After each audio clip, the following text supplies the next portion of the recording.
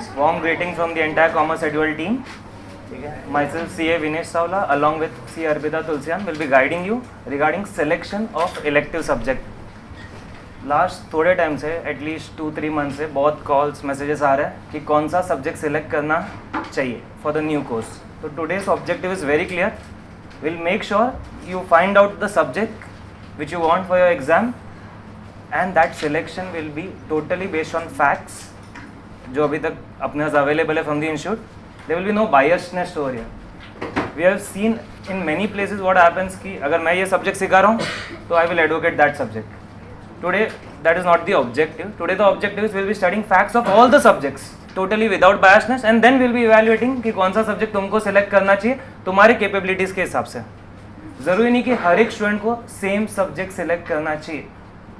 Student ए के हिसाब से सब्जेक्ट 6A जो है वो अच्छा रहेगा, दूसरे स्टूडेंट्स के हिसाब से 6B शायद अच्छा रहेगा. ठीक है, तो that is our objective for today. So आज क्या क्या अपन डिस्कस करने वाले हैं. Firstly there are certain things which are common for all subjects, all the elective subjects के लिए जो common है वो पढ़ेंगे. then we'll go into details, एक एक elective subject के बारे में पढ़ेंगे. then we'll evaluate कि अपना decision कैसा आना चाहिए. and lastly commerce schedule में उसमें से क्या क्या available है क्या क्या available नहीं है, we'll be deliberating on the same. ठीक है, so let us start with first thing, that is common points for all the subjects. ठीक है, now this subject is of 100 marks as everyone knows. ठीक है, यहाँ पे अपने को 6 सब्जेक्ट में से एक सब्जेक्ट सेलेक्ट करना है. All subjects are of 100 marks. सब पैटर्न कैसा रहेगा, you will be given 3 questions. Each question will be of 50 marks. 3 question होंगे, each question will be of 50 marks. अब ये 3 क्वेश्चन में से तुमको 2 क्वेश्चन सेलेक्ट करने होंगे. 3 क्वेश्चन में से 2 क्वेश्चन सेलेक्ट करने होंगे. ठीक है सर, टाइम कितना अवेलेबल होगा, 4 आवर्स. नॉर्मल पेपर अपना 3 आवर्स, ये कितना होता है 4 आवर्स. प्लस तुमको 15 मिनट्स मिलेगा फॉर रीडिंग द पेपर. मतलब पहला 15 मिनट में तुमको डिसाइड करना होगा कि वो जो 3 क्वेश्चन है उसमें से कौन से 2 क्वेश्चन तुम करेंगे. Then in the balance 4 hours तुमको 2 क्वेश्चन सॉल्व करना. 2 क्वेश्चन के लिए 4 घंटा, disproportionate. Reason being all questions will be case study based. कैसा रहेगा, केस स्टडी. पुराना अपना सिस्टम कैसा होता था, तुमको क्लास में पढ़ाते थे, तुम थोड़ा खुद से प्रैक्टिस मैनुअल वगैरह पढ़ता था, क्वेश्चंस तुमने जो पढ़ा था उसमें थोड़ा प्लस माइनस होता था, एग्जाम में आता था, अटेम्प्ट कर लेता था, खत्म. In the new system they will be framing new case studies. ऐसा नहीं होगा कि ये तो हमने पढ़ा था ये दिख रहा है. It will be a case study based on various facts. वो एक question he around 12 to 15 pages का रहेगा. तो वो पढ़ने को टाइम जाएगा, इवैल्यूएट करने को टाइम जाएगा, क्या अप्लाई करना है वो सिनेरियो में टाइम जाएगा. So that 4 hours will be given. ठीक है सर, हर एक क्वेश्चन कैसे अटेम्प्ट करते हैं वो सब जब वो सब्जेक्ट चालू होगा तब. But as of now you will be having 2 questions to be solve in that 4 hours. Case study based paper रहेगा तो मोर ऑफ प्रैक्टिकल एप्लीकेशन होगा, मोर ऑफ एप्लीकेशन होगा rather than by hearting things. More of application होगा. ठीक है, next all this subjects will be open book exam. क्या रहेगा, open book. Sir तो बेस्ट है ना, बुक्स में से खोला लिखा. 1 मिनट, मैंने पहले बोला it is application based exam. Book में जो है डायरेक्टली लिखने का नहीं रहेगा, उसको अप्लाई करने का रहेगा, plus minus calculations, final conclusions तक पहुंचना रहेगा, एनालिसिस करने का रहेगा. But it will be still a open book exam. तो एक बेनिफिट ये रहेगा कि ज़्यादा कुछ बाय हार्ट करना नहीं पड़ेगा. हाँ, नॉलेज होना चाहिए, पता होना चाहिए कौन सा पॉइंट किधर है, अंडरस्टैंडिंग होना चाहिए. बट नहीं मेरे को रट्टा मानेगा पॉइंट 1 2 3 4 5 वैसा नहीं रहेगा. बिकॉज सिंस ओपन बुक है यू लोकेट कर पाया कि this is my concept, this is my area. वो 5 पॉइंट वहाँ पे मुझे लिखने का रहेगा तो मैनेजेबल है, you can just write it over there. But conceptually समझने को आना चाहिए. नो सर, ये जो 50 मार्क का एक क्वेश्चन रहेगा उसमें क्या रहेगा, डायरेक्टली एक ही क्वेश्चन की उसके अंदर भी सब क्वेश्चन रहेगा. Now there will be sub questions. On an average 13 to 20 marks जो रहेगा वो ऑब्जेक्टिव टाइप रहेगा. मतलब उसमें MCQ, fill in the blanks, true और फॉल्स. ऑब्जेक्टिव टाइप है लेकिन विथ रीजंस होगा. ऐसा नहीं रहेगा कि एमसीक्यू में ए सिलेक्ट किया खत्म हो गया. That MCQ selection a with reason, आगे लिखना होगा रीजन उसमें. तो ऑब्जेक्टिव टाइप रहेगा. एंड जो ऑब्जर्व किया मैंने अभी तक, ये ऑब्जेक्टिव टाइप क्वेश्चंस होते हैं वो कॉन्सेप्ट्स पे बेस्ड होता है. ऐसा नहीं कि तुक्का मारा और आ गया. तुमको अंडरस्टैंडिंग रहेगा तो तुम 4 में से एक सिलेक्ट कर पाएगा, अगर अंडरस्टैंडिंग नहीं रहेगा तो चारों ऑप्शन एक जैसा ही लगेगा जो पहले सीपीटी में होता था, ठीक है। That is 13 to 20 marks. उसके बाद आता है तो डिस्क्रिप्टिव क्वेश्चंस, जो बैलेंस रहेगा 30 to 37 मार्क्स, जो बैलेंस रहेगा that will B descriptive. This is the trend based on अभी तक जो आरटीपी, अभी तक जो मॉक पेपर आया, अभी तक जो पास्ट पेपर है, बट फिक्स नहीं है कि ये 13 मार्क की रहेगा और ये 37 मार्क की रहेगा। तुम्हारे पेपर में 10 और 40 भी आ सकता है और 30 और 20 भी आ सकता है। That is totally at ICAI's discretion. उसने बोला नहीं कि इतना आने वाला है, हाँ ये बोला है कि 50 मार्क के 3 क्वेश्चन होंगे, उसमें से 2 क्वेश्चन, लेकिन वो 50 मार्क के अंदर का bifurcation will depend. Now when I say students की you have to attempt only 2 questions out of 3 question, तो सर जो सिलेबस रहेगा उसमें से एक आध 2 टॉपिक छोड़ दिया चल जाएगा, ऐसा नहीं रहेगा। जो भी केस स्टडीज आते हैं, लेट अस से 50 मार्क का एक केस स्टडी आया, उसमें पॉसिबल है सारे के सारे चैप्टर्स आ जाए। तुमने जो चैप्टर छोड़ा है पॉसिबल है 2 केस स्टडी में आ जाए, ये समझा। So you will have to study the entire subject which you are selecting. जो सब्जेक्ट तुम सिलेक्ट कर रहे हो वो पूरा तुमको पढ़ना होगा। अगर पूरा पढ़ा है तो you can attempt that case study, उतना मैनेजेबल होता है, ठीक है। Now this was the common thing for all the subjects. Now we'll be starting subject wise discussion. Myself will be taking discussion on 3 subjects. 6A तुम्हारा है, देखो क्या नाम है उसका, रिस्क मैनेजमेंट। 6B एक है, देखो financial services and capital markets. And और एक सब्जेक्ट आएगा 6E GFRS, global financial reporting standards. वो 3 सब्जेक्ट्स पे मैं डिस्कशन लेगा, रेस्ट 3 सब्जेक्ट्स पे ma'am will discuss with you कि उसमें क्या कंटेंट है, उसमें प्रोज क्या है, कॉन्स क्या है, किसको सिलेक्ट करना चाहिए वगैरह, ठीक है। तो I start with the first subject. आ जाओ everyone. Paper 6A risk management, ठीक है। सर इस सब्जेक्ट के अंदर है क्या टाइप के क्वेश्चंस आते हैं, कैसे अटेम्प्ट करना चाहिए, हमको सिलेक्ट करना चाहिए या नहीं करना चाहिए, ठीक है। फर्स्ट ऑफ ऑल ICAI ने ये बताया कि इस सब्जेक्ट का कंटेंट क्या रहेगा, तो will be studying something known as various types of risk, क्या क्या अलग टाइप ऑफ रिस्क होता है। Then will be studying techniques to manage the risk. एक तो रिस्क पढ़ेंगे and then techniques to manage, वो रिस्क कैसे कम कर सकता है वैसा। And then will be applying it in the practical scenario, ऐसा ब्रीफ गाइडलाइंस अवेलेबल है। तो various types of risk, techniques to manage the risk and then apply it in the practical scenario, ऐसा दे के रखा हुआ। सर इसके content में क्या क्या है, तो अगर तुम मॉड्यूल खोलेगा तो देयर आर टोटल 9 चैप्टर्स। कितने? 9 chapters which has total of only 221 pages. This is the smallest. Total of only 221 pages.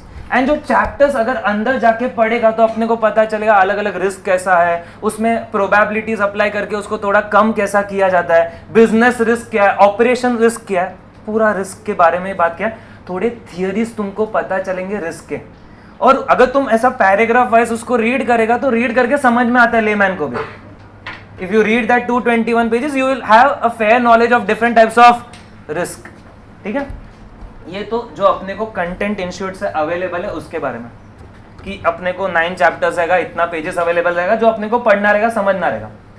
Sir exam में इसमें से अपने को क्या कंटेंट अवेलेबल रहेगा, ऐसा ओपन बुक, ठीक है। ओपन बुक में ICAI ने बोला है कि ये जो तुम्हारा मॉड्यूल रहेगा वही मॉड्यूल तुमको ओपन बुक करके मिलेगा, लेकिन in a modified form.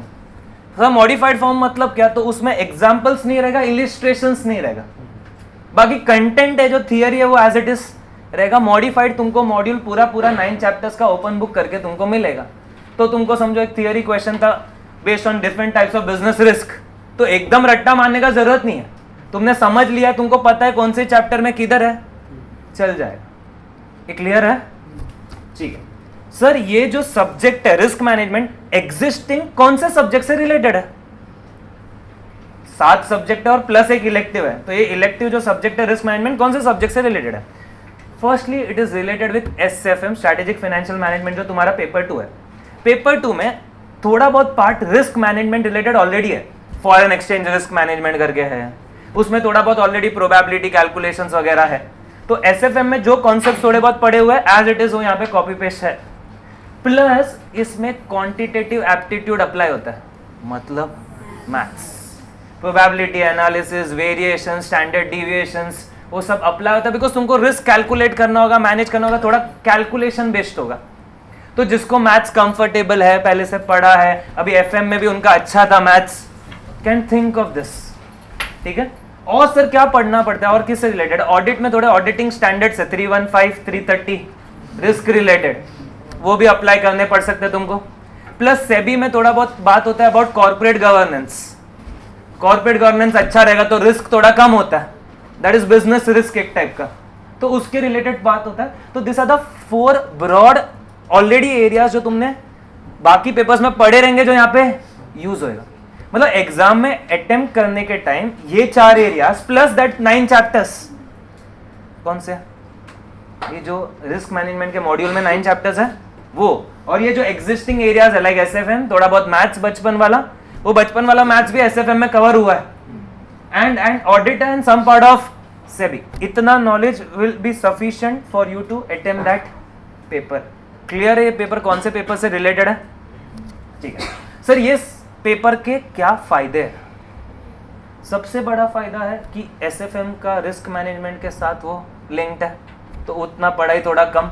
In fact जब तुम थियरी भी पढ़ेगा, एसएफएम तुम्हारा हो गया रहेगा, उसके बाद तुम ये जब सब्जेक्ट पढ़ेगा और थियरी पढ़ेगा, हाँ ये किधर ना किधर क्लास में कोई ना कोई टॉपिक में तुमने पढ़ा रहेगा तो लिंक हो जाएगा, समझ में आ जाएगा, ठीक है। नेक्स्ट, इस सब्जेक्ट में प्रैक्टिकल क्वेश्चंस ज्यादा पूछे जाने के चांसेस है, कैलकुलेशन बेस्ड क्वेश्चंस, तो वहां पे स्कोरिंग ऑटोमेटिकली थोड़ा इंक्रीज होता है। एक क्वेश्चन है थियरी जिसको तुमको आंसर करना है, सामने एक प्रैक्टिकल क्वेश्चन है जिसको आंसर करना है कैलकुलेट करके। मार्क्स मिलने का चांस प्रैक्टिकल क्वेश्चन में ज्यादा हो जाता है, provided you are strong enough in your SFM and maths. दो चीज, क्या एसएफएम एंड मैथ्स में स्ट्रांग इनफ है तो you can score full also, वहां पर स्कोरिंग बढ़ने का चांस है, ठीक है। थर्ड पार्ट इज कि ये थोड़ा स्मॉल सब्जेक्ट है। सर क्यों स्मॉल सब्जेक्ट है? बेस थोड़ा एसएफएम आना चाहिए, प्लस वो 221 पेजेस रीड किया, ये सब्जेक्ट हो गया। क्वांटम ऑफ दैट सब्जेक्ट इतना नहीं है, बाकी सब्जेक्ट में 500 पेज 1000 पेज जिधर भी रहेगा, बस इसका क्वांटम कंपैरेटिवली थोड़ा कम, कंपैरेटिवली, ठीक है ना। एटलीस्ट आइडिया आया है सब्जेक्ट में क्या है, ठीक है। सर ये सब्जेक्ट क्रैक करने के लिए क्या स्किल सेट होना चाहिए हमारे पास? सब स्टूडेंट्स का स्किल सेट अलग अलग होता है। तुमको एसएफएम से वेल वर्स्ड होना चाहिए, मैथ्स से वेल वर्स्ड होना चाहिए, एनालिसिस करने को आना चाहिए। क्या करने को? एनालिसिस। वो तुमको एक बैलेंस शीट P&L वगैरह सब देगा, तुमको बोलेगा रिपोर्ट बना के दो मैनेजमेंट को, रेशियोस वगैरह कैलकुलेट करके। तुमको एनालिसिस थोड़ा करने को आना चाहिए, कंपनी अच्छा कर रहा है बुरा, तुम सजेस्ट करने को थोड़ा आना चाहिए बाय रीडिंग दैट क्वेश्चन। थोड़ा एनालिटिकल स्किल्स वहां पे तुम्हारा काउंट होएगा, मैथ्स काउंट होएगा, एसएफएम काउंट होएगा, एंड तुम्हारा एनालिटिकल स्किल काउंट होगा। अगर वो स्किल्स है तो यू कैन थिंक। सर ये सब्जेक्ट किसके लिए बेनिफिशियल है ना, वो मैं 2 पॉइंट ऑफ व्यू से बात करेगा, future point of view, career point of view, and एक एग्जाम पॉइंट ऑफ व्यू। कैसे टाइप के स्टूडेंट्स के लिए बेनिफिशियल होगा? If you think from future point of view, कौन से टाइप के स्टूडेंट्स को ये बेनिफिशियल होगा? तो फ्यूचर में जिसको फाइनेंशियल सेक्टर में जाना है, एंड फाइनेंशियल सेक्टर में भी थोड़ा स्पेसिफिक एरिया है about risk management, risk analysis, वो वाला एरिया, स्टॉक मार्केट नहीं है, ठीक है। फाइनेंस में भी कौन सा वाला? रिस्क एनालिसिस, रिस्क मैनेजमेंट वाला जो एरिया, अगर उसमें उसको जाने का रहेगा फ्यूचर में तो हेल्पफुल सब्जेक्ट है ये, future career point of view. Exam point of view, कौन से टाइप के स्टूडेंट्स को ये सिलेक्ट करना चाहिए? एसएफएम मैथ्स स्ट्रांग है, सिलेक्ट करो, मैथ्स वीक है, थोड़ा सा रुको, ठीक है। फाइनल सर कंक्लूजन क्या दोगे आप? You should have certain interest. अगर आपको इंटरेस्ट है एफएम में, इंटरेस्ट है कि वो रिस्क रिलेटेड नया जो थियरी हो पढ़ने में थोड़ा इंटरेस्ट आ रहा है, तो ये सब्जेक्ट लेना चाहिए। अगर तुमको उसमें इंटरेस्ट नहीं, जबरदस्ती पढ़ने का, तो 221 pages will be like 1000 pages. अगर तुमको अंदर नहीं, मेरे को ये सब्जेक्ट में थोड़ा इंटरेस्ट आ रहा है, ये अलग अलग टाइप के रिस्क मेरे को पढ़ने हैं, एफएम में थोड़ा इंटरेस्ट है, तो ये सब्जेक्ट लेना चाहिए। डिपेंड्स ऑन योर इंटरेस्ट, ठीक है। No force in any subject, कोई भी फोर्स नहीं रहेगा। अगर तुमको इंटरेस्टिंग लगता रहेगा, तुम पढ़ने को तैयार रहेगा, तो सिलेक्ट करने में ऑटोमेटिकली बेनिफिट्स है उसमें, बिकॉज वो तुम्हारा ऑटोमेटिकली कम टाइम में पढ़ गएगा, तुम उसको डिवोट भी कर पाएगा टाइम, ठीक है। So that was all about the first subject. Idea आ गया? Next subject I will be discussing is financial services and capital markets. Now 6B, financial services capital market. Financial services ideally render कौन करता है? तो bank and intermediaries. तो ये subject में पढ़ना क्या है? बैंक और जो फाइनेंशियल इंटरमीडियरीज है वो क्या क्या अलग अलग सर्विसेज देता है वो पढ़ना होगा। Something known as financial markets in broader terms and capital markets in specific term, उसके बारे में पढ़ना होगा। फाइनेंशियल मार्केट एक ब्रॉड टर्म है जिसके अंदर बहुत सारे छोटे छोटे मार्केट्स होते हैं, उसमें से one of them is capital markets. Capital market is long term funds market, share, bond, debentures. So उसका ब्रीफ अपने को यहाँ पे पढ़ने का रहेगा। सर कंटेंट में क्या है? कंटेंट में we have 16 chapters over here, total of 448 pages. 16 chapters, total of 448 pages. And chapters का अगर तुम नाम देखेगा, कैपिटल मार्केट्स है, बैंक्स है, म्यूचुअल फंड है, इन्वेस्टमेंट बैंकिंग है, प्राइवेट इक्विटी, ये सब है ना लुक्रेटिव टॉपिक्स लगता है। किसी को बचपन में पूछेगा क्या बने, बड़ा होकर इन्वेस्टमेंट बैंकर बनेगा, वैसा टाइप के टॉपिक्स है। शेयर मार्केट रिलेटेड है, ठीक है। जिसको लेकिन इंटरेस्ट रहेगा वो उसको ये पसंद आएगा। Share market related, bond market related, mutual funds, private equity, उस पॉइंट पे बात करते हैं। मतलब this also flows from your SFM only, but ये एसएफएम का एक दूसरा पार्ट हो जाता है पूरा ऑल टुगेदर, ठीक है। उसमें लास्ट टॉपिक एक आ जाता है सेबी गाइडलाइंस। दिख रहा है सेबी गाइडलाइंस? तुम मार्केट के बारे में पढ़ लेगा, शेयर्स, म्यूचुअल फंड्स, बट ये सब चीज को रेगुलेट कौन करता है? सेबी। इंडिया के सिनेरियो में अगर तुम ऑपरेट करेगा, तुमको सेबी गाइडलाइंस पता ही होना चाहिए, तब जाके तुम डिसीजंस ले पाएगा।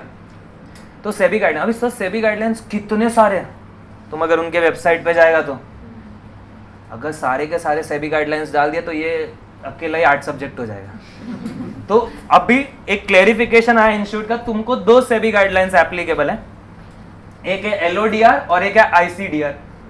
और ये दोनों एलओडीआर और आईसीडीआर रेगुलेशंस ऑलरेडी तुम्हारे लॉ पेपर में ऊपर है, समझा? मतलब वो रेगुलेशंस ऐसे नहीं कि तुमको एकदम नए लगेंगे, लॉ पेपर में ऊपर ऑलरेडी तुमने पढ़े रहेंगे। और रेगुलेशंस, दोनों रेगुलेशंस है वहाँ पे, और वो यहाँ पे और डेप्थ में आ जाएगा। फर्क है थोड़ा सा, डेप्थ बढ़ जाएगा। समझो वहाँ पे तुमने रेगुलेशंस को पढ़ा रहेगा 80% पे, यहाँ पे तुम 100% पे पढ़ेगा। Depth of that regulation will increase. तो quantum is very clear, 16 chapters, 448 pages, relatively bigger, because तुमको हर एक मार्केट के बारे में इन डिटेल पढ़ना पड़ेगा। तुम मॉड्यूल पढ़ने के लिए 448 pages including that SEBI guidelines पढ़ना पड़ेगा। सर एग्जाम में इसमें से क्या कंटेंट मेरे सामने ओपन बुक करके रहेगा? ओपन बुक में वो जो चैप्टर्स अपने हैं वो अवेलेबल रहेंगे without again illustrations and examples, plus ये जो सेबी गाइडलाइंस है, bare SEBI guidelines, bare regulation, जहां पे लिखा रहेगा regulation number 1, regulation number 2, bare act जैसा होता है ना, वो बेयर रेगुलेशंस तुमको ओपन बुक करके मिल जाएगा। मतलब वो रेगुलेशन बाय आउट करने का जरूरत नहीं, ठीक है। I can give you one example over there. तुमने कैपिटल मार्केट्स में शेयर्स के बारे में पढ़ा, तुम लोग ने उसमें पढ़ लिया कि अगर मुझे शेयर पब्लिक इशू करने का है, आईपीओ लेके आने का, तो उसके कंडीशंस क्या क्या है। तो उसमें लिखे रहेगा प्रॉफिट इतना होना चाहिए, टर्नओवर इतना होना चाहिए, लास्ट 3 साल में लॉसेस नहीं होना चाहिए, एक्सेट्रा। तुमने पढ़ लिया सेबी गाइडलाइंस में से, समझ लिया। इस अटेम्प्ट में जब पेपर आया था, one of the question was case study बना के रखा था, उसमें लिखा था company wants to issue shares, what are the requirements. तो अब तुम पढ़ लिया है, समझ लिया है, तुम जा सकता है, तुम्हारा ओपन बुक उठा सकता है। गाइडलाइंस में तुमको पता है कि ऑन एन एवरेज जिस रेगुलेशन के आसपास है वो रेगुलेशन में पहुंच के कट कॉपी पेस्ट में आ सकता है, ठीक है। बट उसके लिए ऑब्वियसली पहले पढ़ा समझा रहेगा तो ठीक है। हाँ, ये पेपर और दूसरे पेपर में फर्क ये हो जाता है, दूसरे पेपर में तो रट्टा भी रहना चाहिए। हाँ, ये सेबी गाइडलाइंस में ये रेगुलेशन थे, ये 6 पॉइंट थे वो लिखने। इसमें थोड़ा सा हेल्प ये हो जाता है कि साथ में ओपन बुक तुम्हारे पास रहेगा, तो जिसमें से तुम वो लिख सकते हो, ठीक। देन सर ये कौन से सब्जेक्ट से रिलेटेड है? Again it is related to SFM, लेकिन एसएफएम में स्ट्रेटेजिक फाइनेंशियल मैनेजमेंट में जो फाइनेंशियल मार्केट से रिलेटेड है, जहां पे तुम shares, derivative, future, options, mutual fund जो पढ़ता है उससे रिलेटेड वाला पार्ट है, and SEBI guidelines, SEBI regulations. अभी सर तो फिर फर्स्ट और सेकंड में क्या ज्यादा फर्क है? इसमें मोर ऑफ सेबी रेगुलेशंस है, मोर ऑफ दैट थियरी है। जो फर्स्ट पेपर था अपना risk management, that was more of practical, जहां पे तुमको प्रोबेबिलिटीज अप्लाई करके रिस्क कैलकुलेट वगैरह करने का था। दिस इज मोर ऑफ थोड़ा थियरी की, अलाउड है नहीं अलाउड है, कैसे इशू करेगा मैं, is more of that theory. तो यहाँ पे सेबी गाइडलाइंस या सेबी रेगुलेशंस का वेटेज बहुत बढ़ जाएगा, ठीक है। सर ये सब्जेक्ट का प्रोस क्या है? द फर्स्ट प्रो इज कि again it is common with SFM, SFM पढ़ लिया रहेगा तो तुमको टर्म्स ऑलरेडी तुमको पता रहेंगे, what is mutual fund, what is commodity market वगैरह, उसको थोड़ा सा इंक्रीज लेवल पे तुमको पढ़ना रहेगा। Second pro what I found out was कि सिंस थोड़े डिस्क्रिप्टिव क्वेश्चन ज्यादा आने का चांस है, as compare to the earlier paper. Earlier paper में तुमको मैंने बोला था ज्यादा प्रैक्टिकल आने का चांस है, ऐसा यहाँ पे ज्यादा डिस्क्रिप्टिव आने का चांस है, मतलब केस स्टडी तो बनाएगा ही निकल, लेकिन थोड़ा नीचे डिस्क्रिप्टिव क्वेश्चन हो सकता है, right the requirements for public issue वगैरह। डिस्क्रिप्टिव क्वेश्चन में ये पेपर में थोड़ा सा स्कोरिंग ज्यादा हो सकता है, ओपन बुक का मदद मिलेगा, तो you will be able to score, तुमको खाली लोकेट करने को आना चाहिए। तो that is the pro point which I found out कि तुमको स्कोरिंग अगर इंप्रूव करने का, तुमको खाली लोकेट करके अकॉर्डिंगली उधर आंसर करने को आना चाहिए। डिस्क्रिप्टिव यहाँ पे ज्यादा स्कोरिंग होने का चांस है मेरे हिसाब से। फर्स्ट पेपर में प्रैक्टिकल ज्यादा स्कोरिंग होने का चांस है, ये पेपर में थोड़ा डिस्क्रिप्टिव ज्यादा स्कोरिंग होने का चांस है। Sir skill set required, again financial markets के बारे में तुमको पता होना चाहिए, सेबी रेगुलेशंस के बारे में तुमको पता होना चाहिए। अगेन एनालिसिस तो आएगा, एनालिसिस तो हर पेपर में कॉमन रहने वाला, एनालिसिस करने को आना चाहिए। More is interest in financial market, थोड़ा तुमका नजर होना चाहिए स्टॉक एक्सचेंजेस पे, तुमको स्टॉक एक्सचेंजेस में पता होना चाहिए कि वो हाई क्या होता है, लो क्या होता है, ओपन एंड क्या होता है, क्लोज एंड क्या होता है, थोड़ा स्टॉक मार्केट रिलेटेड तुमको इंटरेस्ट होना चाहिए, तो ये तुमको मदद करेगा ना। बेनिफिशियल किसके लिए रहेगा, again to future point of view and exam. Future point of view काफी जगह पे बेनिफिशियल है, बिकॉज जो अपन नॉर्मल एफएम बोला या फिर लोगों को बोला फाइनेंशियल सेक्टर में जाना है, तो उन लोग कोई बोलेगा स्टॉक मार्केट में जाने का, कोई बोलेगा बैंक में जाने का, कोई बोलेगा क्रेडिट रेटिंग में जाने का, सब एरियाज में ये मदद करेगा इंक्लूडिंग इन्वेस्टमेंट बैंकिंग। ये पॉइंट कैसे काफी स्टूडेंट्स को ये लुक्रेटिव लगता है, but selection should be based on your skill set also, your interest also. अगर तुमको हाँ शेयर मार्केट में डेफिनेटली इंटरेस्ट है, तुम ट्रैक रखता है आजकल क्या हो रहा है, तुम्हें ये पढ़ने में इंटरेस्ट आ रहा है, तुमको 448 पेजेस ज्यादा नहीं लगे, बिकॉज तुमको मजा आ रहा है पढ़ने को, तुमको इंटरेस्ट है कि और मेरे को जानना हो शेयर मार्केट में वगैरह क्या, तो you can think of this subject, ठीक है। बट तुमने आज तक कभी शेयर मार्केट देखा भी नहीं है, इच्छा भी नहीं है, लेकिन नहीं भाई इन्वेस्टमेंट बैंकर बनना है, ऐसा नहीं होगा। You should have certain interest over there in this subject, ठीक है। Exam point of view again same thing कि यू शुड हैव इंटरेस्ट, तो पढ़ पाएगा, ये पॉइंट साथ में डेलिब्रेट होता है दोनों, ठीक है। कंक्लूजन दो चीज, strategic financial management and SEBI regulations with a bit of interest, अगर वो है तुम्हारे पास तो ये सब्जेक्ट सिलेक्ट करना चाहिए, ठीक है। इंटरेस्ट नहीं है तो you should stop over there, even if दोस्त बोलेगा नहीं भाई मैं तो ये सिलेक्ट कर रहा हूं, your interest is more important rather than your friends interest, ठीक है। Now I directly go to GFRS, आ जाओ, paper 6E global financial reporting standard, ठीक है। अभी ध्यान से सुनना, ध्यान से सुनना यहाँ पे। So what are the various standards. बचपन में अपन पढ़ता था AS अकाउंटिंग स्टैंडर्ड, वो कहाँ का, इंडिया। थोड़े टाइम के बाद समथिंग नोन एज IFRS तुमने सुना रहेगा, वो कहाँ का, all over the world, international standards of accounting. Then came something known as Ind AS. क्या है Ind AS? इंडिया को ग्लोबल होने का था, डायरेक्ट IFRS उठा नहीं सकता था, तो उसने IFRS उठाया, थोड़ा मॉडिफाई कर दिया, उसको नाम दे दिया Ind AS। तो Ind AS भी ग्लोबल स्टैंडर्ड जैसा ही है, ठीक है। अभी ऑलरेडी तुम्हारे सिलेबस में there paper 1 financial reporting which covers entire Ind AS, पूरा इन डेप्थ, वहां पे Ind AS ऑलरेडी कवर्ड है। तो सर ये ग्लोबल फाइनेंशियल रिपोर्टिंग स्टैंडर्ड में उन लोग क्या डालने वाला, उनको यहाँ पे डालने का था IFRS। क्या डालने का था, IFRS। उन्होंने बोला Ind AS plus distinguish between Ind AS and IFRS is equal to IFRS। एक मिनट, क्या बोला उन्होंने, Ind AS plus distinguish between Ind AS and IFRS is equal to IFRS। Institute ने स्कोप में लिख के रखा, तुमको IFRS पढ़ाएंगे, आगे जाके कंटेंट में उन्होंने बोला रेफर फर्स्ट पेपर, वहां पे तुमको Ind AS दे के रखा हुआ है, एंड एक 18 पेजेस का distinguish between Ind AS and IFRS दे दिया, बोला ये पढ़ लो, हो गया तुम्हारा IFRS। समझा क्या बोला, इस पेपर में मतलब अपने को कंटेंट पॉइंट ऑफ व्यू क्या क्या है। सबसे पहले module 2 to module 6 of paper 1 only, अलग से कोई मॉड्यूल ही नहीं है इसका, ये समझा। GFRS का अलग से कोई मॉड्यूल नहीं, उसने लिखा kindly refer module 2 to module 6 of paper 1। Sir module 2 to module 6 of paper 1 में है क्या, पूरा Ind AS है, फुल दिखा रहे हो, full Ind AS from start to end. फिर उसने क्या किया, major differences between Ind AS and IFRS site पे अपलोड मार दिया, बोला ये पढ़ो साथ में, कितना पेजेस का? 18 पेजेस का है। सर सिलेबस में और कुछ भी है? और एक चीज बोला, और एक पढ़ने का, is distinguish between IFRS and US gap. IFRS and US gap, ये एक्स्ट्रा डाल दिया, ये कुछ 57 पेजेस का डाल दिया, बोला इतना तुम्हारा कंटेंट है फॉर दिस सब्जेक्ट। पढ़ना था अपने को क्या? IFRS, लेकिन अपन पढ़ेंगे वापस क्या? इंड एज एंड देन उसका डिस्टिंग्विश।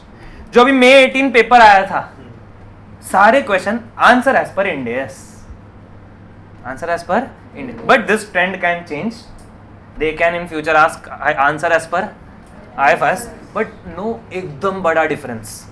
वो डिस्टिंग्विश भी देखो ना, कितना पेजेस का? खाली 18 पेजेस, मतलब कुछ खास नहीं है वो। ये समझ रहा है? वो सब्जेक्ट जहाँ पे 400-500 पेजेस का होता है, 18 पेजेस का डिस्टिंग्विश इज नथिंग, 1-2 लेक्चर का काम है ये, ठीक है? तो बेसिकली अपने को इंड एज अगर वैसे भी पढ़ना ही है, वैसे ही ग्रुप 1 में तो पढ़ के पास होना ही है उधर अच्छे से, प्लस ये 18 पेजेस पढ़ लिया और ये 57 पेजेस पढ़ लिया, तो ये सब्जेक्ट हो गया। अलग से कोई इसका मॉड्यूल अवेलेबल नहीं। सो सर ये पेपर का क्वांटम बड़ा है या छोटा है? अगर तुम ऐसे बात करेगा होली इंड एज पढ़ने का, उसका डिस्टिंग्विश पढ़ना है, तो क्वांटम बहुत बड़ा है। बट तुम ऐसा बात करेगा कि पेपर 1 पढ़ के हो गया, पेपर 1 पढ़ के हो गया, तो सिर्फ ये पढ़ने का है, तो क्वांटम इज लेस। दोनों ग्रुप साथ में देता है, उसका फायदा है ये। हाँ, तुमने ग्रुप 1 पहले बहुत टाइम पहले दिया, ग्रुप 2 बाद में आके इलेक्टिव दे रहा, तो भूल गया रहेगा FR, तो मतलब नहीं बनता है। बट अगर दोनों ग्रुप साथ में वगैरह दे रहा है, तो पेपर 1 में ऑलरेडी तुमने इंड एज पढ़ लिया, ये plus 18 and 57 pages and your subject is through. Clear है उतना? तो क्वांटम ज्यादा नहीं है, ठीक है। सर हमको एग्जाम में क्या क्या मिलेगा? सुनो सुनो सुनो, एग्जाम में तुमको bare text of Ind AS मिलेगा। समझता है बेयर टेक्स्ट? उसमें पैरा नंबर के साथ होता है। Bare text of Ind AS पूरा मिलेगा, प्लस तुमको IFRS एंड इंड एज का डिस्टिंग्विश भी एग्जाम में मिलेगा, वो भी एग्जाम में मिलेगा। खाली एक ही चीज तुमको एग्जाम में नहीं मिलेगा, will be IFRS and US gap का। मतलब वो 57 पेजेस को छोड़ के बाकी सब तुमको ओपन बुक करके एग्जाम में मिलेगा, ठीक है। इसका लेकिन थोड़ा सा पढ़ाई क्या ऑल्टर होगा, इस तुमको पेपर 1 पूरा पढ़ना होगा। जब स्पेसिफिकली GFRS का डिस्कशन होगा, तो आई विल आइडेंटिफाई यू कि पैरा कैसे आइडेंटिफाई करते हैं। अपन ने जो ऑलरेडी कॉन्सेप्ट्स पढ़े हुए हैं, वो किधर लोकेटेड है, लोकेशन बताऊंगा खाली कि ये कॉन्सेप्ट पढ़ लिया था, इधर लोकेटेड है, और थोड़े extra case studies, and this subject gets over. मतलब just will try to identify कि बेयर टेक्स्ट में उसको कैसे ढूंढते हैं, उसके ऊपर क्या केस स्टडीज आ सकता है, थोड़ा बहुत उस पर एक्स्ट्रा वर्क कर लिया तो ये सब्जेक्ट वहां पे कवर हो जाता है, ठीक है। Now this subject is related to which subject? Only one subject, that is financial reporting. Sir क्या प्रो है? 90% is common with that FR। अगर तुमको मेहनत करना है तो खाली वो डिस्टिंग्विश 10% के लिए मेहनत करना है, केस स्टडीज के लिए मेहनत करना है, बाकी 90% इज कॉमन विथ FR। तुमको क्वेश्चन आएगा write the answer as per Ind AS 16, तो तुमने ऑलरेडी पढ़ा रहेगा FR में, you need to apply that concepts only, कुछ अलग से खास मेहनत नहीं रहेगा। That is the biggest pro, एक ही प्रो है लेकिन that is the biggest pro कि 90% सिलेबस कॉमन हो जाता है, ठीक है। Now skill set required, obviously application of Ind AS IFRS in practical scenarios.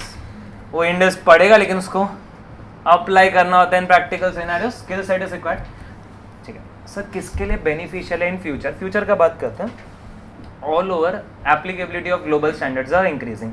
India भी in phased manner Ind AS का एप्लीकेबिलिटी बढ़ा रहा है। Professionals required for this are going to increase a lot, and supply ना के बराबर है। सब लोग टैक्स ऑडिट लेके बैठता है, किसी को इंड एज पूछेगा नहीं मालूम। अगर तुमको इंटरेस्ट है इस फील्ड में, there is a hell lot of scope available. वो सब बड़े कंपनी को कंसोलिडेट तो करना ही पड़ता है, बिजनेस कॉम्बिनेशन तो उनके रहते रहते हैं, एंड दैट्स कॉम्प्लिकेटेड अकाउंटिंग है, इंड एज पढ़ेगा तो आता है, ठीक है। तो that is a big scope जिसको ग्लोबल स्टैंडर्ड्स में जाना है, एंड ऐसा नहीं कि सिर्फ इंडिया में काम आएगा, फॉरेन जाना है तो भी काम आएगा। ये पढ़ लिया, वहां का कोई डिप्लोमा कर लिया, you are ready with that, तुमको ऑलरेडी ये स्टैंडर्ड्स आता है, ठीक है। Exam point of view the important thing is तुमको इंटरेस्ट होना चाहिए इसमें। तुमको बचपन से एएस में तकलीफ है, फोबिया है, तो प्रॉब्लम है भाई। हाँ, थोड़ा इंटरेस्ट आता है, समझने का है, हाँ ऐसा होता है, इंटरेस्ट है तो ही लेना, वरना तो पेपर 1 भी भारी पड़ेगा, तो और एक पेपर भारी पड़ा ऐसा नहीं, but you should have some interest. अगर इंटरेस्ट है तो ऑलरेडी पेपर 1 में पढ़ लिया, अलग से पढ़ने का जरूरत नहीं, I can advise that. If you don't have interest, जबरदस्ती पढ़ रहा है पेपर 1 में पढ़ने के लिए, तो भाई रुको, ठीक है। तो totally you should have interest, तुमको पढ़ने में मजा आना चाहिए, तुमको लगना नहीं और मेरे को देखने का है, तो ये लेना चाहिए। Final conclusion, I again hold that Ind AS का होल्ड है तुम्हारे पास, तुमको इंटरेस्ट है उसमें तो लेना चाहिए। पुराने एएस का कोई काम नहीं है यहाँ पे, इंड एएस में तुमको होल्ड होना चाहिए, तुमको इंटरेस्ट होना चाहिए, तो दिस सब्जेक्ट इज एडवाइजेबल, वरना you should stop over there, ठीक है। तो फाइनल कंक्लूजन इज 3 सब्जेक्ट्स मैंने डिस्कस किए थे। फर्स्ट सब्जेक्ट में आई कंक्लूडेड एफएम मैथ्स में एंड रिस्क में थोड़ा इंटरेस्ट होना चाहिए, प्रैक्टिकल है थोड़ा। सेकेंड में आई कंक्लूडेड कि एसएफएम एंड थोड़ा सेबी गाइडलाइंस में इंटरेस्ट होना चाहिए, कैपिटल मार्केट शेयर मार्केट में तुमको इंटरेस्ट होना चाहिए, and more of descriptive one. GFRS totally based on Ind AS, big pro 90% common, but still depends on your interest. पसंद ही नहीं है इंड एस तो रुक जाओ, हाँ अच्छा लग रहा है, स्कोप है, तो योर टाइम कैन सेव, 90% ऊपर कॉमन हो जाता है, ठीक है। तो this is all about 3 subjects. Next 3 subjects के बारे में डिस्कशन मैम लेंगे, एंड देन उसके बाद उस सेशन रहेगा इवैल्यूएशन का, कि हम इवैल्यूएट कैसे करेंगे, that will be continued by ma'am. Thank you so much.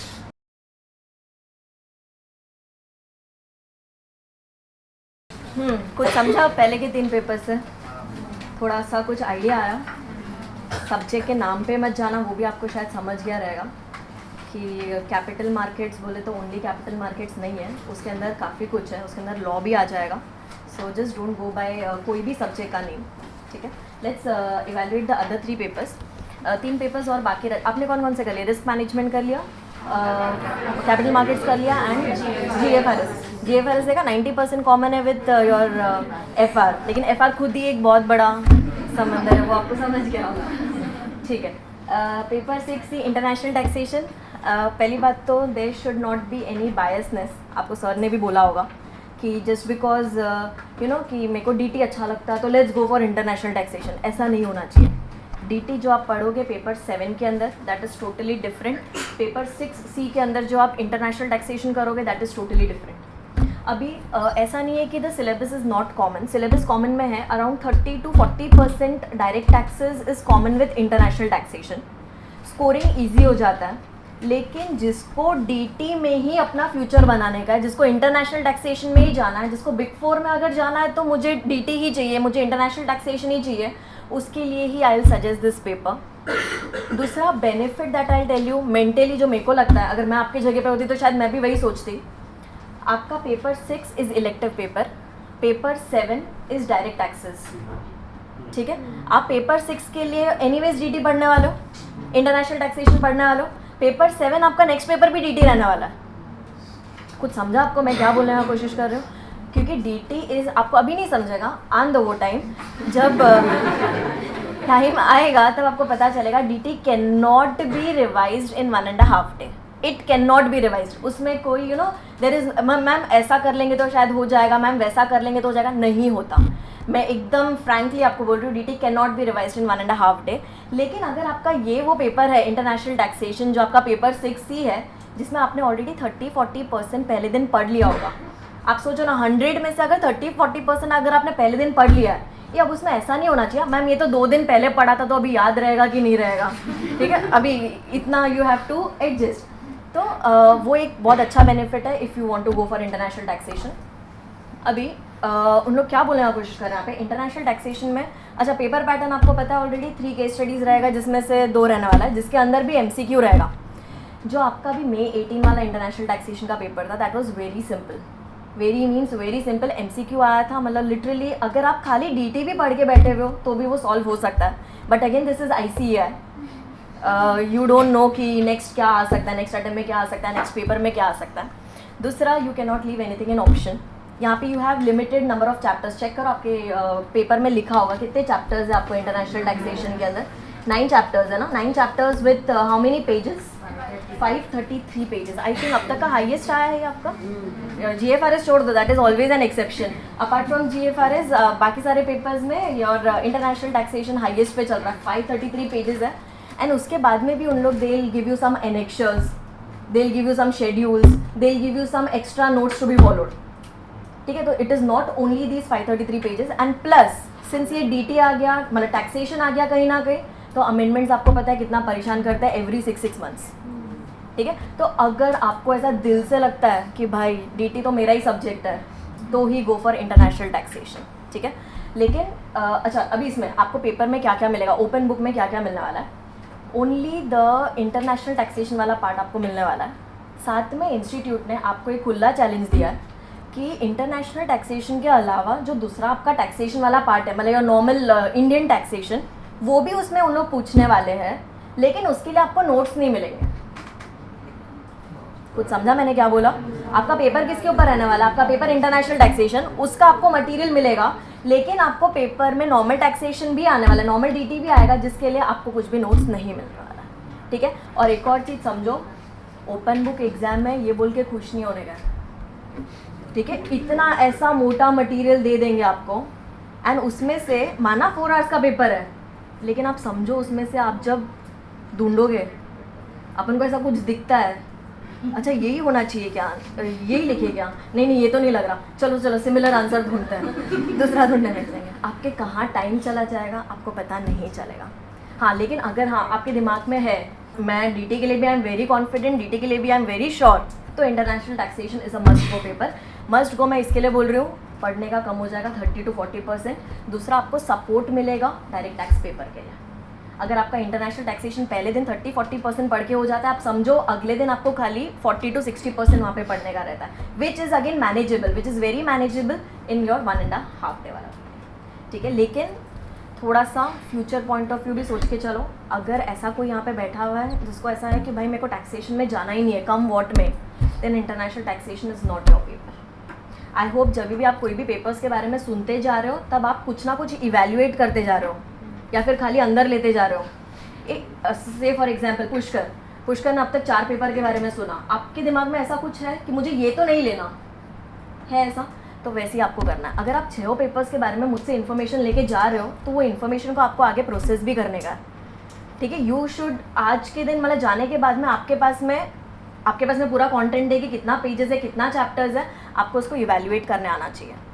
अगर आपको ये समझ नहीं आ रहा कि मैं कौन सा पेपर चूज़ करूँ, तो एटलीस्ट है ना आप ये सिलेक्ट करो कि मुझे ये पेपर तो नहीं चाहिए, कैंसिल करते जाओ एक एक, फिर उसके बाद में शायद आपके पास में, अब ऐसा मत बोलना 1 कैंसिल किया तो मैम 5 बाकी रहेगा, ऐसा नहीं। अगर आपके पास 6 पेपर है तो उसमें से एटलीस्ट 3 तो निकल जाना चाहिए, फिर 3 में से सिलेक्शन, फिर अपन को प्रोज एंड कॉन्स देख के उसका सिलेक्शन करना पड़ेगा। समझ रहा है ना?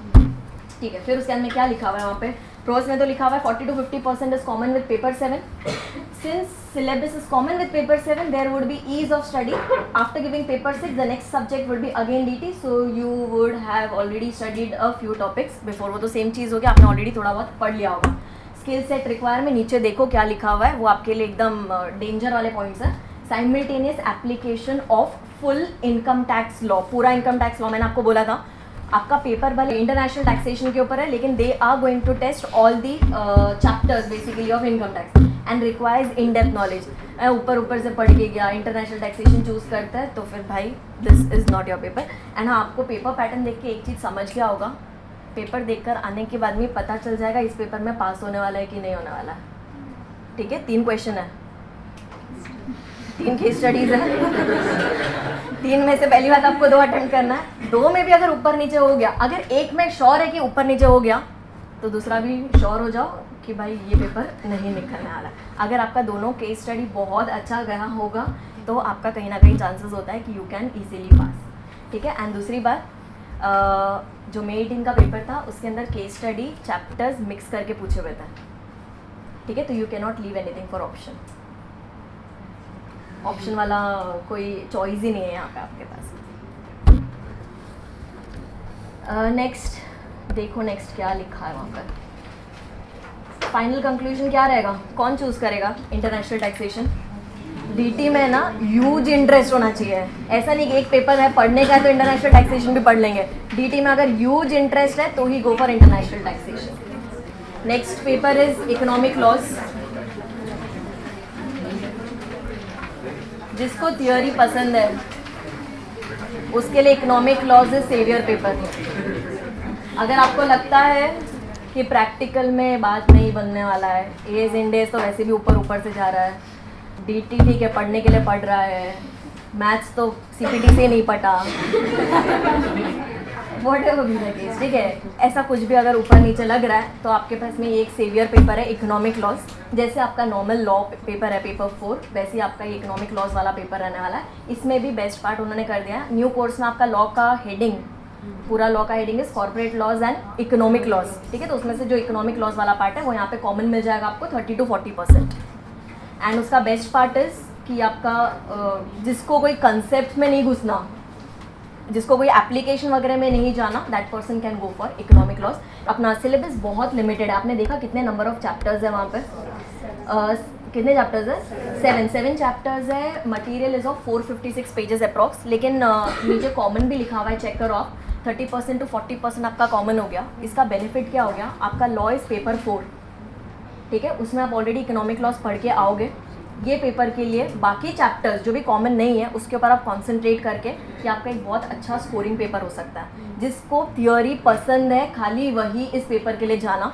बाकी लोग who face problem with mugging with the theory कि यार ये कैसे करे, ऑडिट भी नहीं हो रहा, लॉ भी नहीं हो रहा, तो this is not your paper, ठीक है। और अभी आई होप आप ये कंक्लूजन भी नहीं हो कि मैम ये भी मेरा पेपर नहीं है, ये भी मेरा पेपर नहीं है। आपको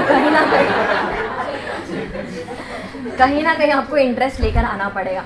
देखो, आपका अगर पेपर 1 अगर अच्छा है, FR वाला पेपर अच्छा है, तो आपको पता है कि आपको कौन सा सब्जेक्ट लेना है। GFRS इज़ योर पेपर, देखा उसमें 90% कॉमन था। अगर आपका SFM कॉमन है तो आपके पास SFM अच्छा लगता है, करने को अच्छा लगता है, SFM अच्छा है वो छोड़ो, आपको अच्छा लगना चाहिए, तो आपके पास में 2 ऑप्शन ओपन हो जाता है। कौन सा 2 ऑप्शन ओपन होता है? एक तो रिस्क मैनेजमेंट ओपन हो जाता है, दूसरा आपका कैपिटल मार्केट्स, ठीक है। लेकिन कैपिटल मार्केट्स में खाली FM नहीं आने वाला है, थोड़ा सा लॉ भी अच्छा लगना चाहिए, ठीक है। फिर ऑडिट अगर रहेगा तो छोड़ो, उस पर मैं बाद में आऊँगी।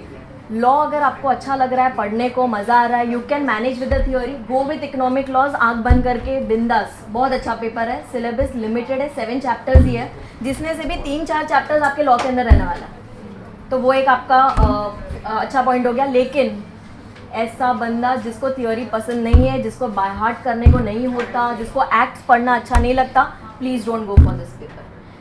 तो जिसको बेसिकली प्रैक्टिकल अच्छा लगता है, आप जाओ FR, इंटरनेशनल टैक्सेशन, SFM वगैरह के साथ में। जिसको प्रैक्टिकल अच्छा नहीं लगता, आ जाओ इकोनॉमिक लॉज, ठीक है। So this is 1 paper. यहाँ पे पेजेस है ना, इसके लिए लिखा है 7 चैप्टर्स 456 पेजेस, क्योंकि हम पेजेस देख के पढ़ाई करता है कि मतलब भाई ये सिलेबस के अंदर कितना पेजेस है ये चैप्टर के अंदर, तो वो अपने लिए एक इम्पॉर्टेंट फैक्टर होता है। अभी the game changer paper, multi disciplinary case study, पता है ये पेपर के अंदर क्या है? सब कुछ है।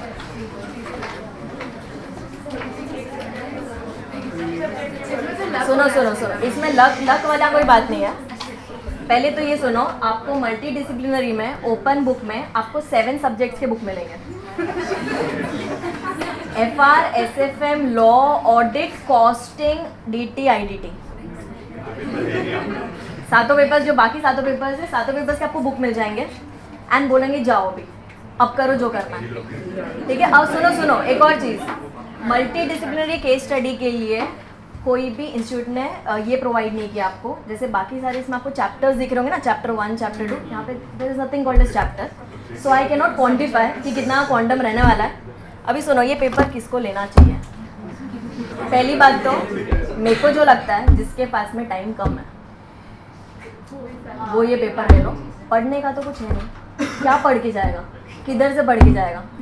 जो बाकी सातों सब्जेक्ट में आप पढ़ने वाले हो वो इधर अप्लाई करना है। लेकिन ऐसा नहीं कि चलो हाँ टाइम कम है ये ले लेता है, प्रेजेंस ऑफ माइंड रहना चाहिए। एंड मैंने वहाँ पे लिखा है कितना % प्रेजेंस ऑफ माइंड रहना चाहिए, 100% प्रेजेंस ऑफ माइंड। अगर सपोज एक वर्ड आ रहा है, से for example assets, tangible assets, तो आपके दिमाग में सातों सब्जेक्ट कहीं ना कहीं घूमना चाहिए कि भाई मैंने टैंजिबल एसेट्स के बारे में क्या क्या पढ़ा। समझा मैं क्या बोलने की कोशिश कर रही हूँ? दूसरा, अगर आपको लगता है कि मुझसे इलेक्टिव पता नहीं मैं क्या करूँ क्या नहीं करूँ, पर हाँ मुझे दोनों ग्रुप एक साथ में देना, तो उसके लिए this paper is a very good paper. Reason, आप दोनों ग्रुप के लिए अगर पढ़ाई कर रहे हो तो सातों सब्जेक्ट तो अच्छे से पढ़ने वाले हो। सातों सब्जेक्ट अगर आप अच्छे से पढ़ने वाले हो तो दिस इज़ योर पेपर। आपको एग्जाम के पहले दिन खाली क्या देखने का है? क्या आप सारे सब्जेक्ट्स वापस से खोल के देखने वाले हो? नहीं, आपको खाली इंस्टीट्यूट में जो पहले के केस स्टडीज़ वगैरह दिए हुए हैं, पहले के जो RTPs वगैरह है, एग्जाम पेपर्स वगैरह, खाली वो खोल के देखने का है और कुछ भी नहीं।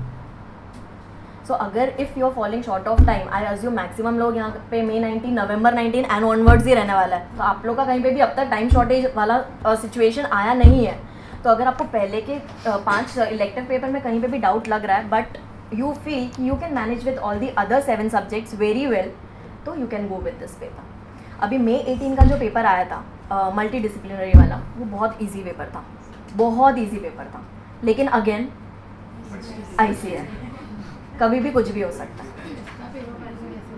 पेपर पैटर्न सेम रहता है, 3 केस स्टडीज़ रहेंगे, जिसमें से suppose if you take a particular case study, उसके अंदर बोलेंगे इसका लॉ पॉइंट ऑफ व्यू, ये particular act point of view, इसका इफेक्ट बताओ, इसका अकाउंटिंग ट्रीटमेंट क्या होना चाहिए, ऑडिटर इसके ऊपर क्या कमेंट करना चाहिए। समझा कैसे उन लोग अप्लाई करें बाकी 7 सब्जेक्ट्स। कोई न्यूमेरिकल्स आ गया तो वहाँ पे शायद कॉस्टिंग रिलेटेड कोई बजट बनाने बोल देंगे। सो ये पेपर बहुत सोच समझ के सिलेक्ट करने का है। अगर आपको कहीं पे भी लग रहा है कि टाइम शॉर्ट है लेकिन बाकी 7 पेपर सुपर है, तो go for this paper. And आपको ये चीज़ पता होनी चाहिए आप कब सिलेक्ट कर सकते हो इलेक्टिव, कौन सा सब्जेक्ट मुझे चूज़ करना है। रजिस्ट्रेशन के टाइम पे आपको फर्स्ट टाइम एक बार सिलेक्ट करना पड़ता है, लेकिन सपोज मैम मैंने उस समय जोश जोश में GFRS सिलेक्ट कर लिया फॉर एग्जाम्पल, लेकिन अब समझ गया भाई GFRS is not my cup of T, मुझे चेंज करना है। आप क्या करो, खाली इंस्टीट्यूट से दूसरे मटेरियल्स परचेज कर लो। अब वो आपको सेकंड टाइम फ्री में नहीं देने वाला, ठीक है। दूसरा सब्जेक्ट का मटेरियल्स परचेज कर लो। जब आप एग्जाम फॉर्म फिल कर रहे हो तब you get an option to change your elective subject, ठीक है। एंड ये इलेक्टिव अटेम्प्ट टू अटेम्प्ट भी चेंज करने का ऑप्शन दिया हम लोग ने। लेकिन एनीवेज ये हमारे लिए क्राइटेरिया नहीं होना चाहिए। यहाँ पे जो भी लोग बैठे, हमारा क्राइटेरिया ये है कि अपन फर्स्ट अटेम्प्ट में क्लियर हो जाए। तो आपका जो फर्स्ट चॉइस होना चाहिए that should be the best choice. अभी एटलीस्ट जो अपन ने 6 पेपर पढ़ा उसमें से आप 3 कट कर पाए कि नहीं कर पाए? 3 कट किया, एटलीस्ट 3 कट किया। बचा हुआ 3 पेपर का जो भी ये मटेरियल आपके हाथ में पड़ा हुआ उसमें से तो एटलीस्ट आप इवेलुएट कर सकते हो। आपको एक ब्रॉड आइडिया आ गया कि क्या रहने वाला है सब्जेक्ट के अंदर। थियोरी जिसको अच्छा लगता है कौन सा पेपर चूज करेगा? Economic loss. जिसको अकाउंट्स अच्छा लगता है कौन सा चूज करेगा? GFRS। जिसको SFM अच्छा लगता है वो 2 ऑप्शन है आपके पास में, रिस्क मैनेजमेंट है कैपिटल मार्केट। ये लेकिन वो देखा आपने रिस्क मैनेजमेंट में मैथ्स इन्वॉल्व था। कौन से पेपर में मैथ्स था? रिस्क मैनेजमेंट में। तो मैथ्स अगर अच्छा नहीं लगता तो risk management is a total no, जाना ही मत उसके लिए। DT बहुत अच्छा लगता है, सीधा सीधा ऑप्शन आपके पास में क्या ले लोगे वहाँ पे? International taxation. अगर आपको लग रहा है बाकी 7 पेपर बहुत अच्छा है, I want to give a try for this last paper, तो भाई 6F आप सिलेक्ट कर सकते हो। अच्छा, फ्यूचर में ये पेपर किसके लिए अच्छा रहेगा? प्रैक्टिस, जिसको कोई छोटा प्रैक्टिस, हाँ मैं बड़े प्रैक्टिस की बात नहीं कर रही हूँ, बिकॉज जैसे ही वो प्रैक्टिस बड़ा होता है, जैसे फॉर एग्जाम्पल बिग फोर्स, तो वहाँ पे तो डिपार्टमेंट आ जाता है। लेकिन अगर किसी को जाके अपना छोटा नॉर्मल प्रैक्टिस चालू करना है तो this is the best paper, क्योंकि आप वहाँ पे सब कुछ पढ़ के जा रहे हो। एंड आपको प्रैक्टिस में भी वही करना पड़ता है ना, you have to apply everything. अगर आप कुछ स्टार्ट कर रहे हो तो आपको हर एक टाइप का क्लाइंट मिलने वाला है, जो टैक्स भी देखे, जो ऑडिट भी देखे, जो आपका लॉ भी समझे, एक्सेप्ट। समझ रहा है ना? अभी सुनो, फ्रेंड इंटरनेशनल टैक्सेशन सिलेक्ट कर रहा है मैम, तो मैं भी वही कर लूँ क्या? ये क्राइटेरिया नहीं होना चाहिए। फ्रेंड का इंटरेस्ट अलग रहेगा, आपका इंटरेस्ट अलग रहेगा। मैम DT तो पढ़ना ही है, छोड़ो ना, इंटरनेशनल टैक्सेशन ही सिलेक्ट कर लेता हूँ, that should not be the criteria. DT तो सबको पढ़ने का है ना, लेकिन DT के अंदर इंटरेस्ट सबका नहीं रहता। सबसे पहले आपको, मैंने जैसे आपको बोला 6 में से 3 को कट करो, बाकी 3 का pros and cons, skill set required लिखा हुआ है, 2-2 लाइन में लिखा हुआ है। आपको चेक करने का है कि वो पेपर्स के लिए आपके पास में वो स्किल सेट है कि नहीं है। एंड अगर आपके पास में सब कुछ मैच हो रहा है एक पर्टिकुलर पेपर के अंदर, तो गो फॉर इट। आपको लोग बोलेंगे ए इसका फ्यूचर में कोई स्कोप नहीं है, इसका वो नहीं है, that is none of your lookout. Future में क्या स्कोप आने वाला है किसी को भी नहीं पता। किसी को भी नहीं पता था कि आज यहाँ तक आके GFRS इतना ज़्यादा इंपॉर्टेंट होने वाला है। किसी को भी नहीं पता था कि आज के दिन इतना ज़्यादा कुछ हम पढ़ने वाले इंडिया में इंटरनेशनल टैक्सेशन के बारे में। तो 2 साल बाद, 3 साल बाद, 5 साल बाद क्या होने वाला है, वी डोंट नो। बट एक चीज़ आप अपने दिमाग में रखो, ऐसा पेपर सिलेक्ट करना जो आपके एग्जाम पॉइंट ऑफ व्यू बहुत अच्छा रहे। फ्यूचर बनाया जा सकता है बाद में भी, लेकिन फ्यूचर बनाने के लिए आपको सबसे पहले डिग्री चाहिए, और अगर डिग्री चाहिए तो उसके लिए आपको मार्क्स चाहिए। तो मैम मेरे सर ने बोला कि है ना इसमें बहुत अच्छा स्कोप है आगे जाके। भाई स्कोप का क्या करेंगे अगर आप पास ही नहीं होते हो तो? समझता है वो चीज़। ऑफिस में भी सर बोलता है ना, अरे ये सीख ये काम आएगा। लेकिन लेकिन लेकिन सर मुझे क्लास के लिए निकलने दो, जब तक मैं क्लास नहीं जाऊँगा, जब तक मैं पढ़ूंगा नहीं, तब तक मेरे को डिग्री नहीं मिलने वाला है। होता है ना ऐसा। तो आपको कहीं ना कहीं आपके दिमाग में रखने का है कि डिग्री सबसे पहले इम्पॉर्टेंट है, उसके लिए मेहनत करो, फ्यूचर उसके बाद में बन जाएगा। आपको क्या लगता है सीए बनने के बाद में there are many diploma courses, सुना है ऐसा? Diploma in international taxation, diploma in Ind AS और वॉट एवर इट इज़, सब करके आप उसके बाद में जो भी आपको पर्टिकुलर फील्ड में जाना है आप जा सकते हो। तो अभी मैम मेरे को है ना बाद में जाके है ना इंटरनेशनल टैक्सेशन में ही जाना है, लेकिन आज के दिन इंटरेस्ट नहीं है, तो आज के दिन वो पेपर सिलेक्ट करके कोई पॉइंट ही नहीं बनता। सीए बनने के बाद में ना अपना दिमाग ऑटोमेटिकली डबल चलने लग जाता है, तब आप कोई भी जगह पे एडजस्ट कर लेते हो।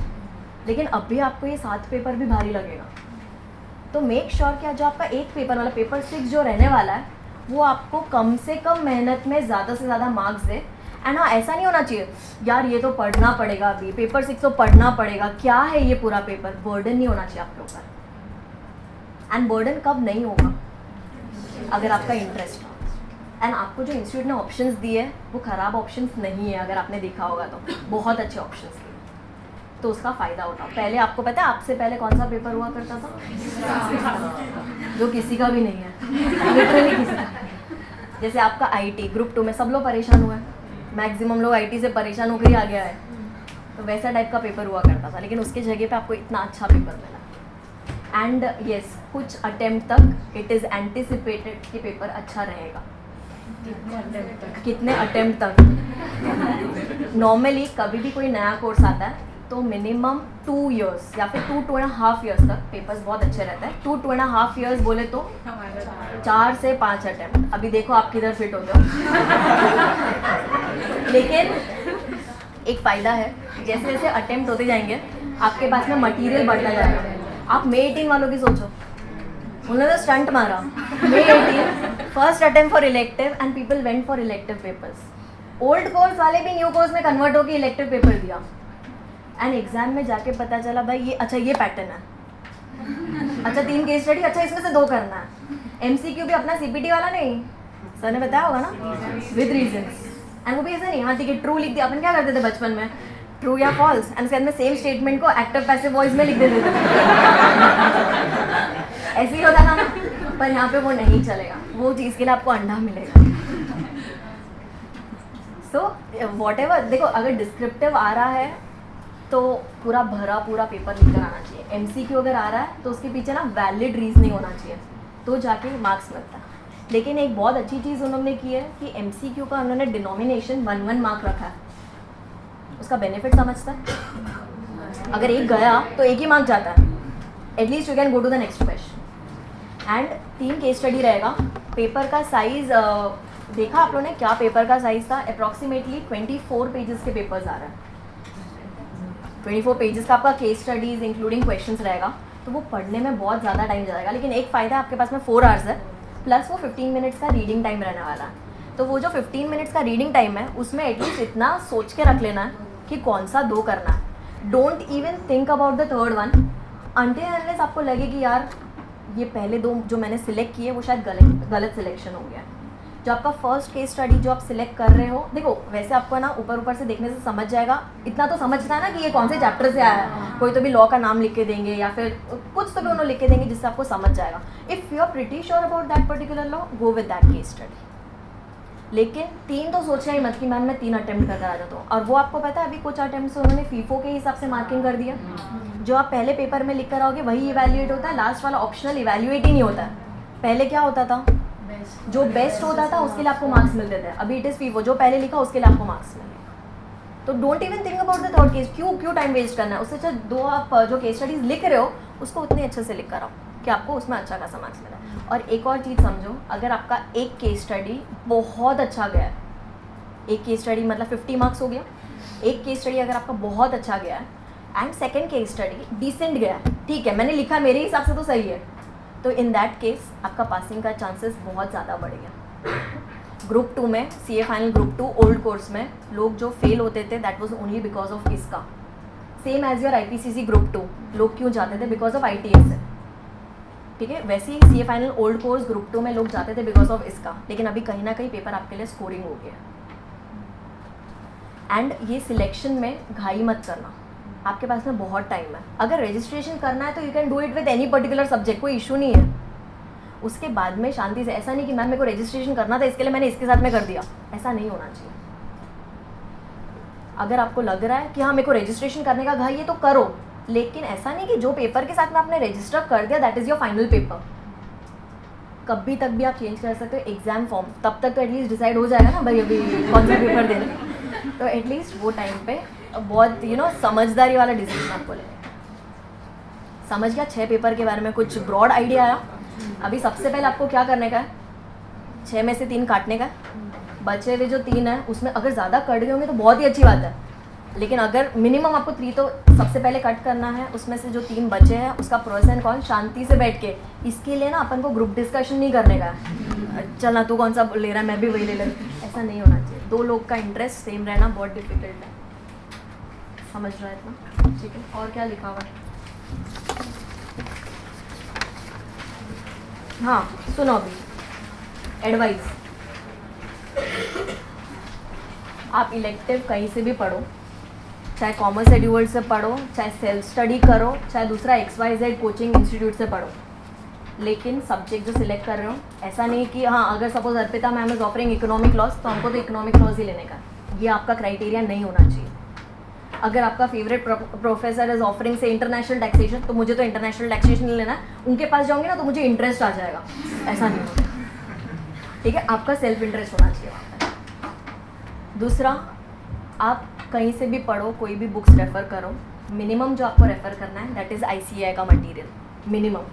And this is not only applicable for elective, this is applicable for any particular subject.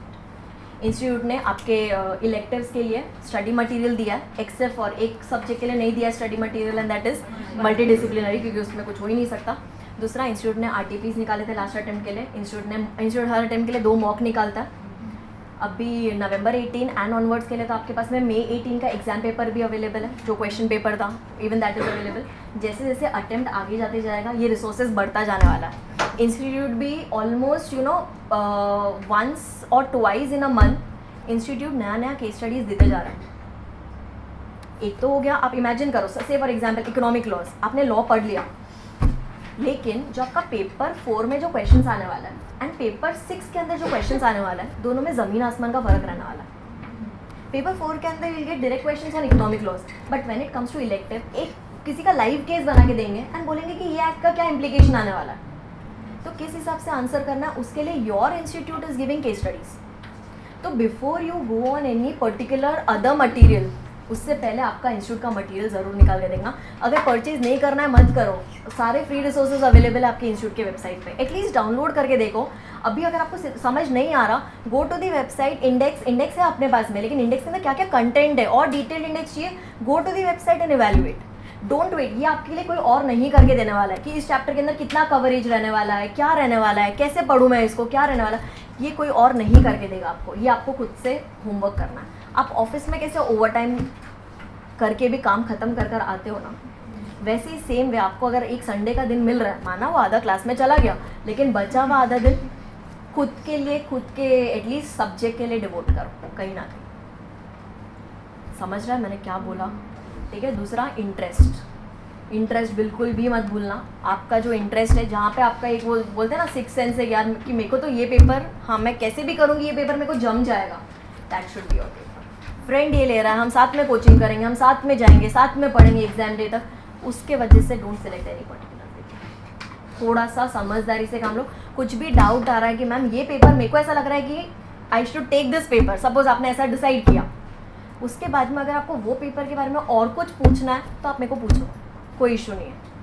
लेकिन ऐसा नहीं मैम मेरे को है ना GFRS भी अच्छा लग रहा है थोड़ा सा, मैम मैथ्स तो अच्छा था तो रिस्क मैनेजमेंट भी अच्छा लग ही रहा है, मैम टैक्स मेरे को है ना IPCC में तो बहुत अच्छा लगता था, और मैम फिर अगर टाइम कम रहा तो मल्टीडिसिप्लिनरी, अभी मैं क्या करूँ, ये डाउट मत लेना.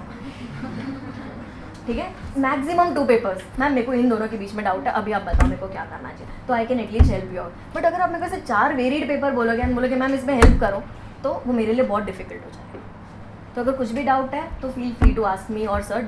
3 पेपर जो आपके साथ में सर ने डिस्कस किए, उसमें तीनों में अगर आपको डाउट है तो go and eat the head of sir. अगर आपको बाकी 3 में डाउट है तो मेरे को पता, ठीक है। लेकिन before you take any call उसके बारे में अच्छे से सोचना। अगर आप बहुत क्लियर हो, से for example Delisha is very clear कि मुझे XYZ GFRS पेपर लेना है, तो ठीक है, तो फिर मेरे पास आने का ज़रूरत नहीं है।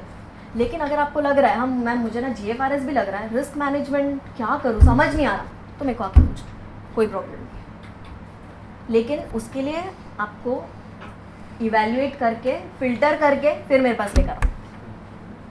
एंड घाई मत करो, एग्जाम फॉर्म तक आपको सिलेक्ट करने का ऑप्शन दिया हुआ है।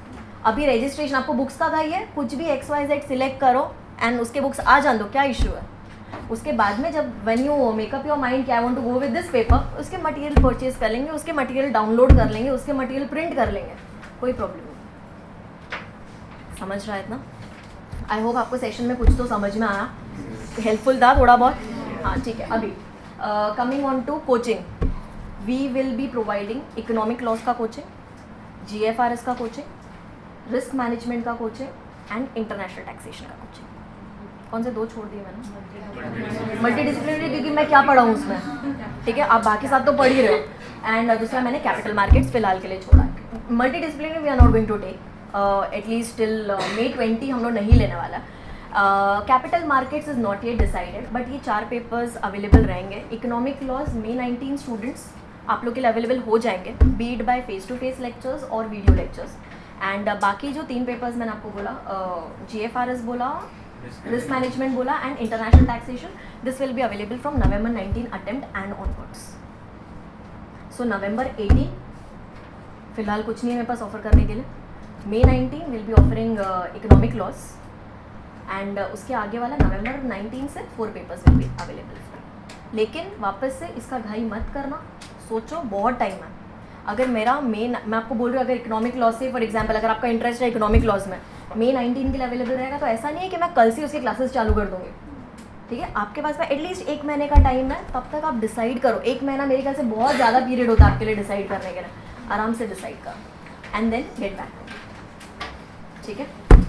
Thank you so much.